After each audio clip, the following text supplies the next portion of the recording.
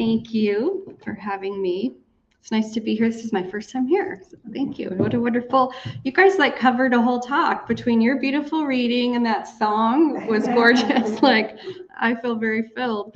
And as I was preparing for today's talk, I couldn't help but think of a story of a mom who was at work and her daughter was home while she was working, and her daughter called her and she was sick. And she said, "Mom, I really am kind of scared. I don't feel well. Will you come home?" So the mom, little bit of panic, asked her boss, "Can I go get some medicine and bring it home to my daughter?" And the boss said, "Of course, go." So she hops in her car, goes driving to the Walgreens. It's starting to kind of rain, and she's like, "Well, I'm just going to run in real quick and run out." She goes in, gets medicine, comes back out, and she realizes she locked her keys in the car. So she's already like flustered and a little panicky.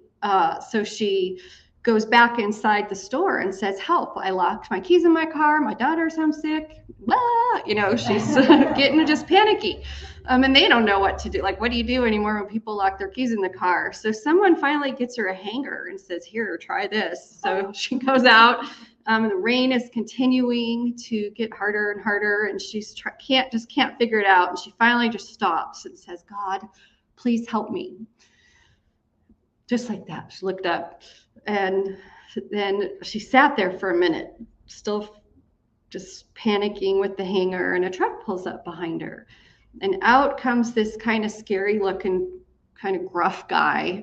His clothes are kind of torn, he's dirty, but she just runs up to him and she explained what was happening. "Can you please help me? I need to get some medicine to my daughter.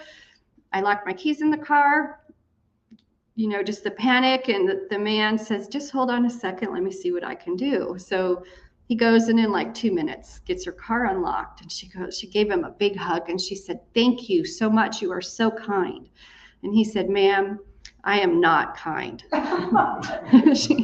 He goes, "I just escaped from prison." And she's like, she doesn't care. She says, "Thank you." He goes, "I just escaped from prison. I used to steal cars." And she says, "God, thank you for sending a professional." So it's funny, and a lot of that is just your outlook, right? It was an outlook and an expectation. She asked, and it was, she took what showed up, and it was how she was viewing things.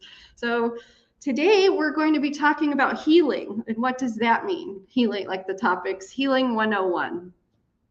And it's such a broad topic, I thought, as we're preparing this. What does that mean to you? When I give talks, I like everyone to personalize it in their own way. So one way that I might invite you to do that is if there's anything going on in your life that you have been working on healing, that you've been struggling with, or that keeps popping up over and over again. I know for me, I'll think I've got something down, and sure enough, something will come along to teach me who's boss. It's an ongoing thing, working on our healing. And we can start with saying, well, what does that even mean, healing? It's easy to default to doctors and Western medicine, or even Eastern medicine, acupuncture. We might go to get past life readings, or look at our horoscopes, or, there's a million different ways, crystal bowl healing. So when we're here looking at ourselves and talking about healing, you can say, what does that mean to me to be healed of this, whatever your issue is going on with life? And I'd like to present that. Just like in the invocation that you read earlier, you talked about how we're souls here expressing as humans, which was beautiful. I thought, gosh, it couldn't have been more perfect of a reading for what we're going to talk about today. Isn't it funny how that works? But that's what we are doing. Spirit souls here expressing as the divine, expressing as God, and places where we have a desire for healing, or where we feel pain or dysfunction, are areas where we can say, gosh, I'm not knowing the divine in this area of my life. I'm struggling here. I'm feeling pain here. So this is where that opportunity for healing comes in, is how can I know that oneness, that wholeness is really the word. How can I know that more fully? How am I not knowing it in this area of my life? And it's a question that only you know the answer to. And I think just like in your reading, she talked about the inner locus of control versus the outer locus of control. We want to default to outside ourselves, looking for the healing or the help or someone to tell us what to do. And I'd like to present that maybe we can spend more time going inside and asking ourselves, what is mine to do? So it starts with pulling up whatever our event is that we feel not whole, that we feel we're struggling with or need healing, and really taking that time to ask ourselves, what is mine to do? And oftentimes there's just no answer. I don't know about you, but sometimes I sit there and it's like, I have no clue. So there's that repetition and that quest to learn to, outside of your place that needs healing, is get to know your relationship with the divine. And what does that mean? Where do you know wholeness in your life? Where do you know healing? Where have you seen change? And how did that come about? A matter of trusting yourself as we build that in. So letting go of anything that you're supposed to do or should do to make you heal, and asking yourself, what is that for me?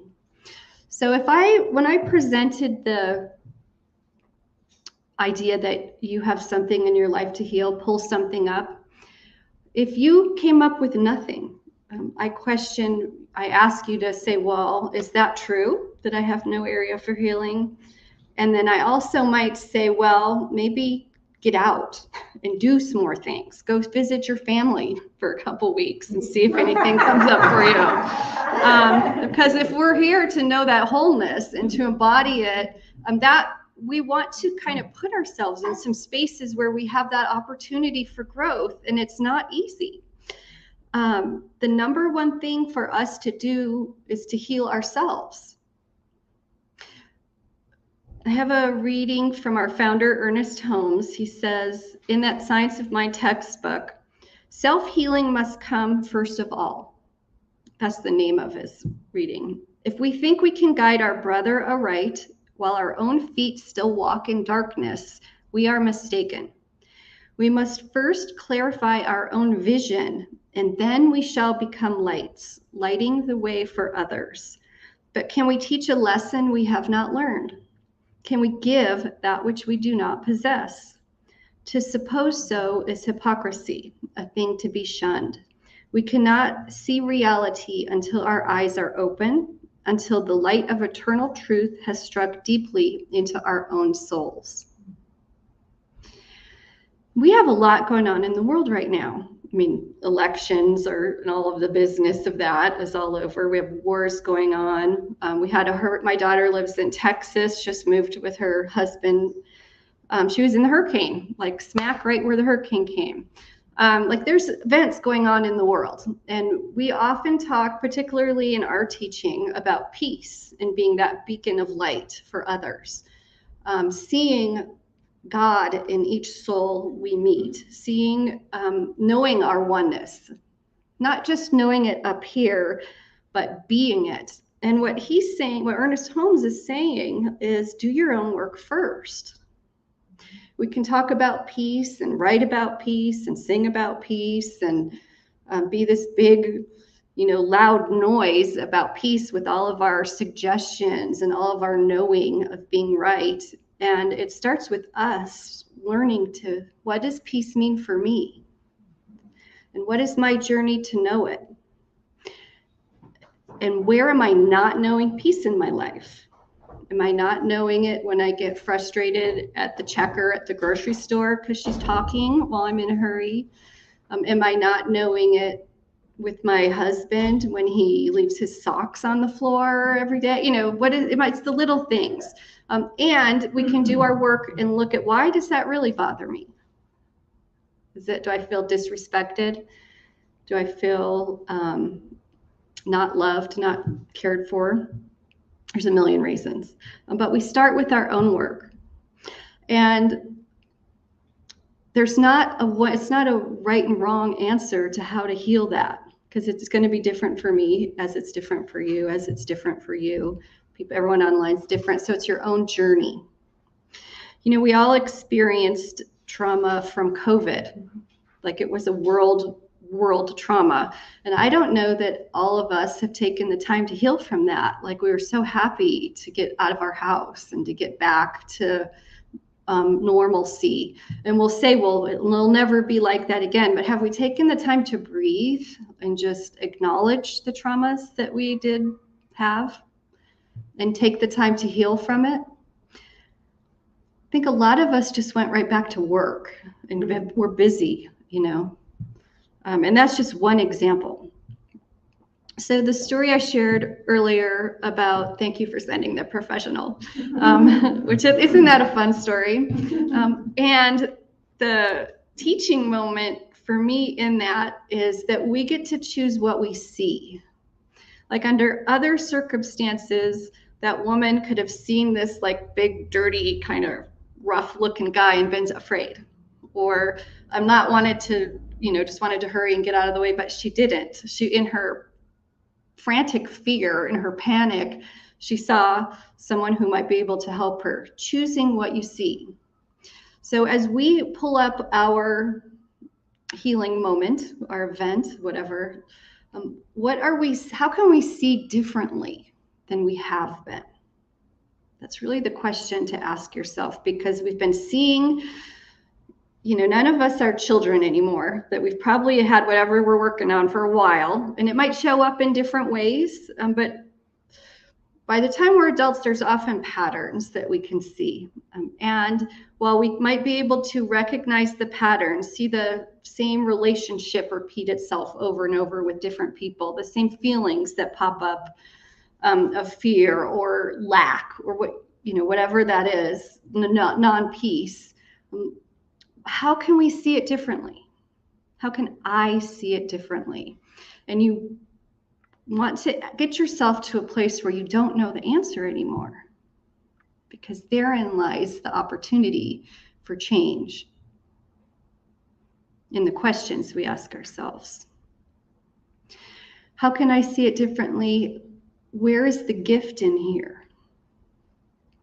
Where is the gift in here? There's a book by a man named Colin Tipping called Radical Forgiveness, which you can get the free PDF online. It's a beautiful book, and it is about forgiveness. But the main teaching of that is that things come into people, and big events come into our lives. What if we had set that up?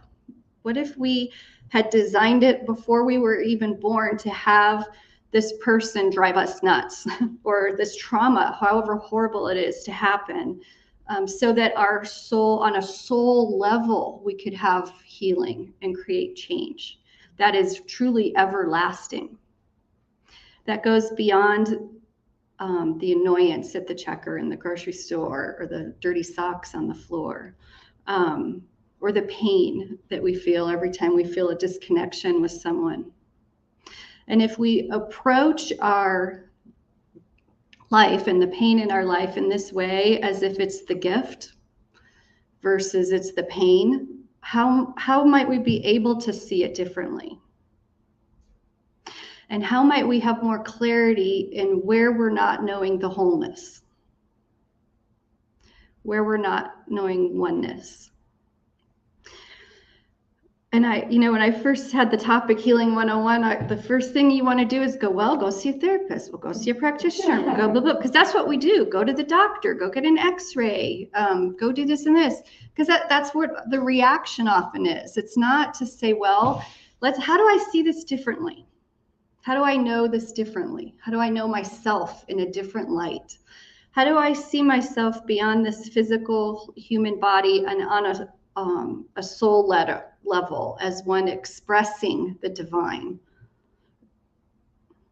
And how might I have a sense of urgency and passion to tackle these difficulties, knowing that on a soul level, I came here to heal this, or to know this, to learn, to express oneness and be wholeness through events such as this, or through people such as this.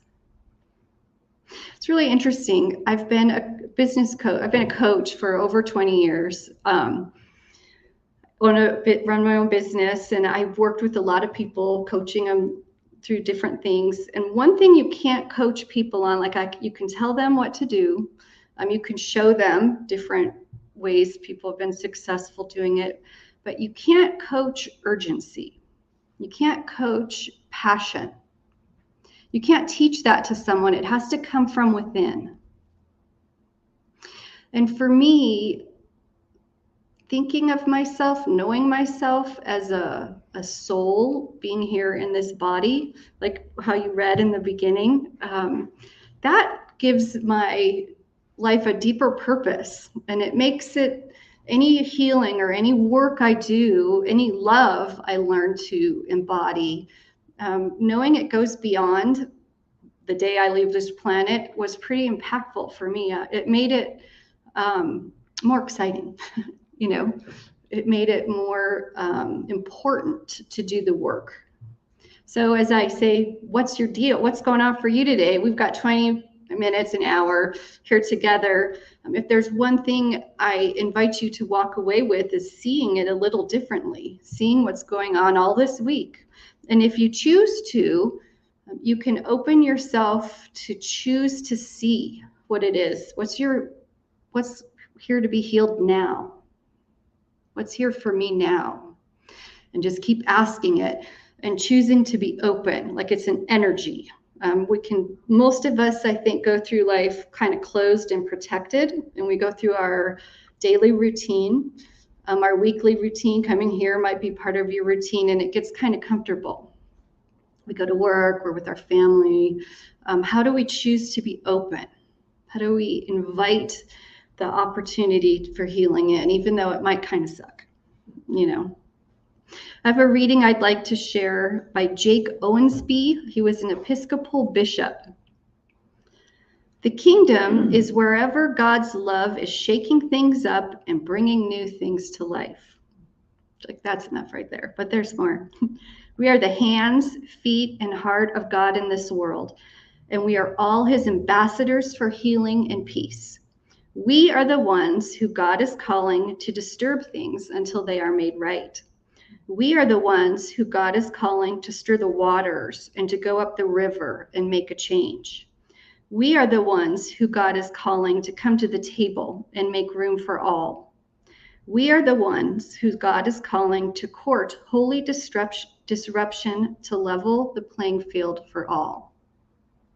Isn't that beautiful? That was beautiful. So we've got Ernest Holmes on one hand saying, do your own work first. That's how you become a beacon of light to help others. And we have Jake here telling us this is what we're here to do, which I thought was beautiful. Healing doesn't mean that the change didn't exist. It means that it's not disrupting your life anymore. It's not running the show.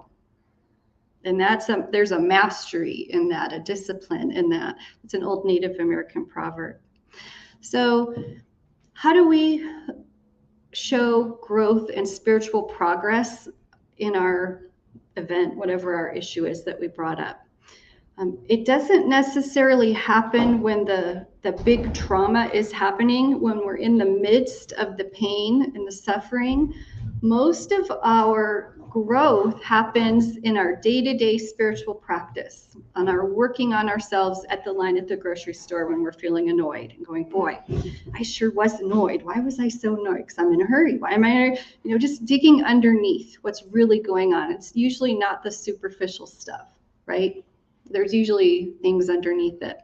So it's our spiritual practice every day. This is the work The everyday, boring, monotonous spiritual practice is what builds our muscles up. So when the stuff really does hit the fan, we've got the muscles, we still are there to engage them, but it's not so shocking to the system. We have some foundation to build on. My daughter, who was in the hurricane, she's only lived there. She's in Lake Jackson. It's about an hour outside of Houston, like a year, barely a year. Very, it's Texas, very Christian, very, she's just in a very different community. And I said, so how's it going? And she goes, well, they didn't have power for a week. The hurricane actually was right there. The grocery stores were down. There were trees in the street. The lights didn't work. I said, how was it? And she said, well, everyone was real wholesome at first. And she didn't have to say much more, but it wears on you after a couple days of not having, you've lost everything in your refrigerator by the third day. No hot water. It's like 100 degrees. And she has 2 little kids. It wears on you. And that was all she said. Everyone was real wholesome at first. And then that was enough said. But that could be all of us. Like it's that third day, it's that 5th day where we all get worn down. It's human nature. What we're doing now, every day, our spiritual practice, doing whatever it is for you, because there's no right or wrong. It's unique for each of us. That's where the true healing happens. And then the last thing I want to share is being aware of our beingness each day, and then how we're viewing others with the eyes of compassion, knowing that others are here for the same reason we are, to know wholeness, to do their healing work. We focus often on ourselves so much, and as we, even just here in our spiritual community, we're all here, and we're going to have things that come up, but seeing others through those eyes of compassion is a muscle in and of itself to build up. Spirituality is not about not having any more problems. It's about being honest and courageous as we confront them. It's about changing our worldview from separation from others, especially our family and our friends and our coworkers, like people we're close to. It's about being compassionate and aware. I just said that. It's about being passionate and aware in our family life and our community. We all have trauma, and we are all in different stages of healing in our own unique way. So I ask you just to embody that and ask yourself, what is mine to do, as we close our eyes and go into prayer. You might take a deep breath and breathe in that loving, healing energy of the divine, knowing that every molecule of our bodies, every molecule we breathe in, every atom is that essence of the divine. It is God 101. It is that love, that beauty, that wholeness, that oneness, that ease of knowing compassion. We can't not be one with the divine. As we know this truth and really embody it into ourselves, we might feel our shoulders relax, our breath be deeper. For as we know this truth, we feel the love fill our bodies, fill our breath, our eyes. We see and know ourselves with compassion and with love. We see and know others in the community and in our family and in our world as a whole through the eyes of love, through the eyes of the divine.